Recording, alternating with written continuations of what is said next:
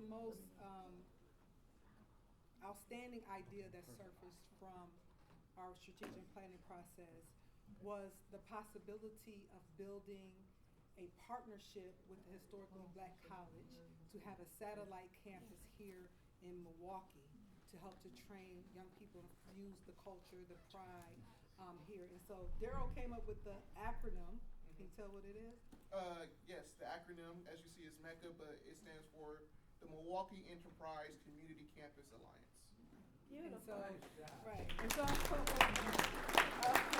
when we thought about the Mecca downtown, and then when David gave us the document, and that just brought back so many memories, that floor of the Mecca, and I just thought it was an amazing idea. And so, at this time, we're going to have Wyman come forth and talk about that idea, and also some words. Thank you.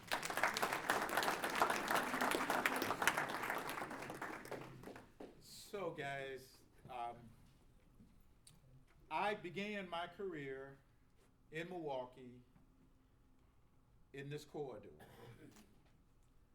And I'm excited that I'm going to begin my next chapter of this journey I'm on in this corridor. Much of what I've learned about community economic development, I learned in the work I've done here. But I gotta say something, you've heard it, but I wanna put a fine pin on it.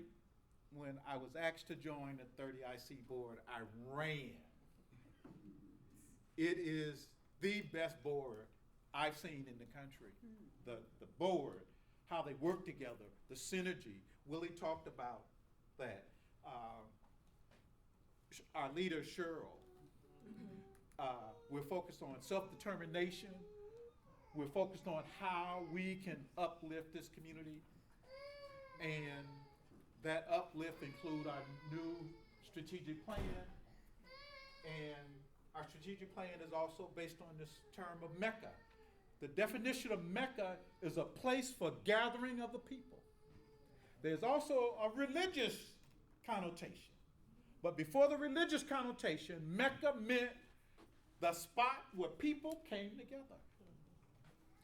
And we believe that our board operates this way, and that the work we're doing with the neighborhoods, the trails, putting hundreds of new units of housing here, working to build out small developers, all of this work is to create this gathering. And our proposal, where we need your help, your prayers, your support, is we want to recruit a historical black college or university to be sited in the 30th Street corridor.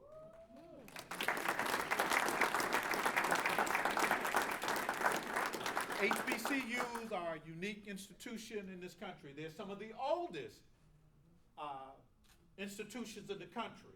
Long before the University of Illinois, long before Wisconsin even was a state, they were HBCUs.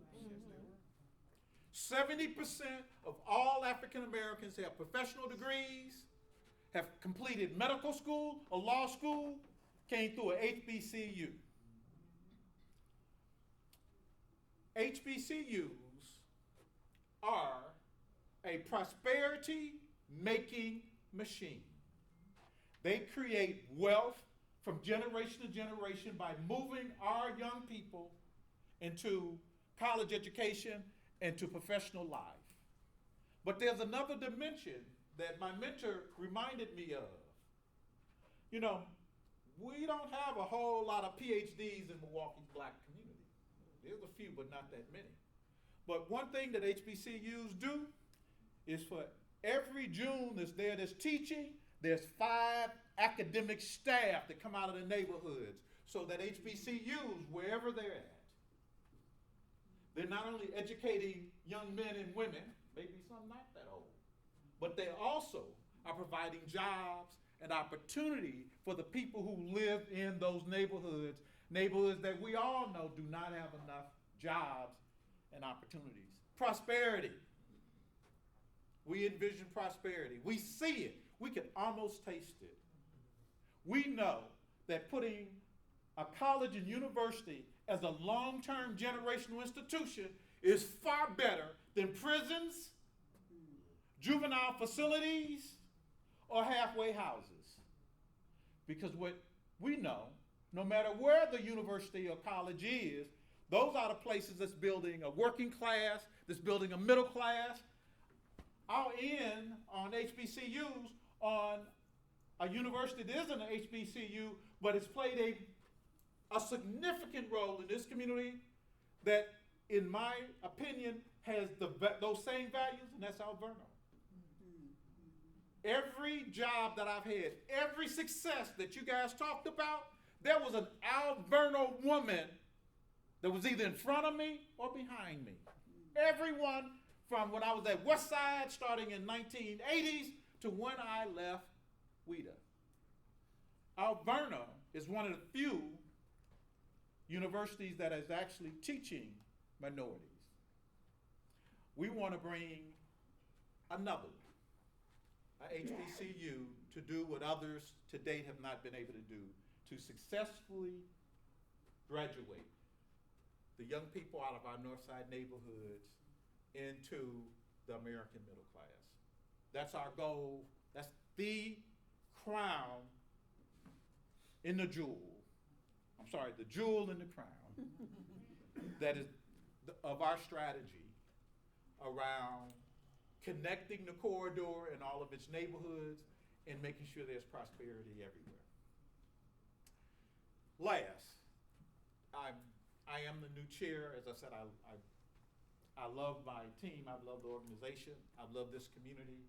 As I said, I began my work here, so much of what I know, I learned it in these neighborhoods. The good, the bad, and the ugly. And why we need a 30IC? Because we're in the period of the ugly. Black Milwaukee is the poorest it has been since before the civil rights movement and the elimination of the last vestiges of Jim Crow, where we couldn't get mortgages. We're poorer today than we were in the 50s. How is that? How? How does that happen? How does it happen that when I arrived in this city, Milwaukee had the largest percentage of African Americans that own their homes? And now the largest owners of properties are people who don't even live in the state. How does that happen? We are committed to turning that around. We are committed to having parks that are real parks and not places where people go to do illicit activities that have nothing to do with grass and fishing.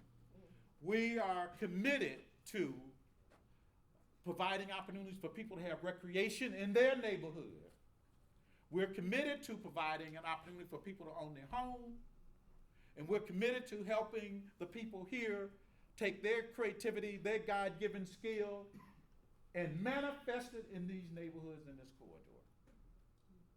And we want you to come join with us to get this done. We see it, we can almost taste it. Come help us complete it. Thank you.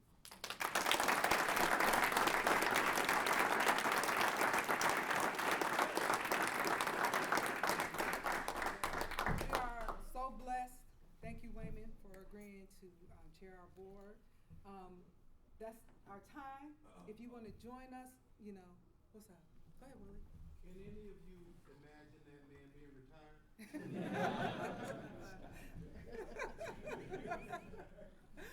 Okay.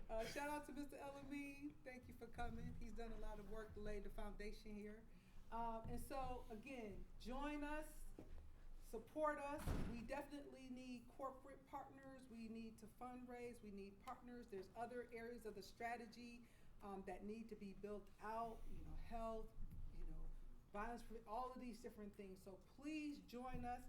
Let me know if you want to continue to join us. We're going to continue to have discussions with people throughout the community to build support, to fundraise, and execute this vision. Now is the time. We have the team. I'm just so grateful because this is home. Like, this is our neighborhood. It's not going to get done if we don't do it. That's the only way it's going to get done. So thank you all. We appreciate you coming out. We look forward to seeing you again to help to support to build out this vision. And if you have any questions, let us know. And so thank you so much for coming. Plenty of food.